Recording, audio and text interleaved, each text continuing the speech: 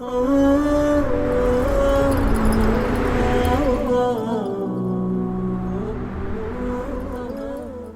alaikum wa rahmatullahi wa barakatuh. My brothers and sisters, welcome to our daily dua.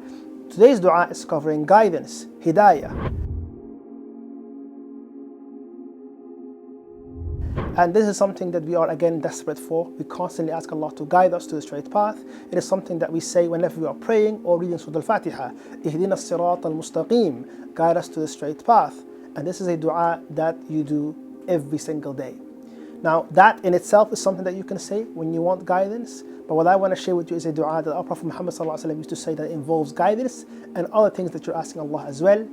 Allahumma inni as'aluka al-huda wal-tuqa wal-afafa wal-ghina. Oh Allah, I ask you for huda, guidance. And when you ask Allah for guidance, you're asking Allah to guide you to and along the straight path, to keep you upon Islam, to keep you upon the truth, to ensure that you die upon the truth, and that Allah guides you eventually to paradise.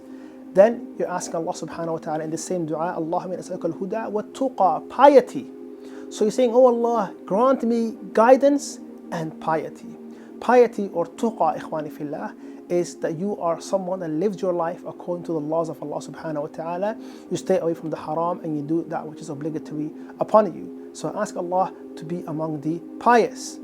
And then the Prophet ﷺ would say, wal-afaf, oh Allah, I ask you for chastity, to be someone that guards themselves against haram and ensures that they don't fall into these major sins. And finally, you ask Allah subhanahu wa ta'ala al-ghina, which is contentment. Oh Allah, give me contentment and enrich me in a way where I don't feel that I am missing something. Give me contentment for whatever provision and whatever you have decreed for me.